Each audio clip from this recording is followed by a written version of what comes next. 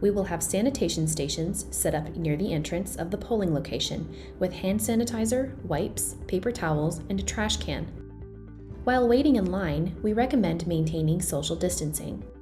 There will be markers on the floor to indicate 6-foot distances between parties of voters.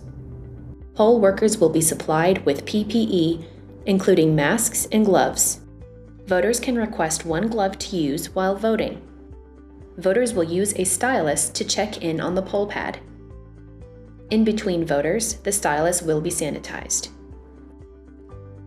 Voters will get their ballot and a sanitized pen and head over to the poll booth.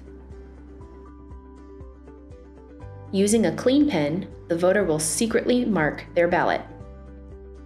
Once finished, they can take their ballot, drop their used pen into the labeled box, and insert their ballot into the scan machine.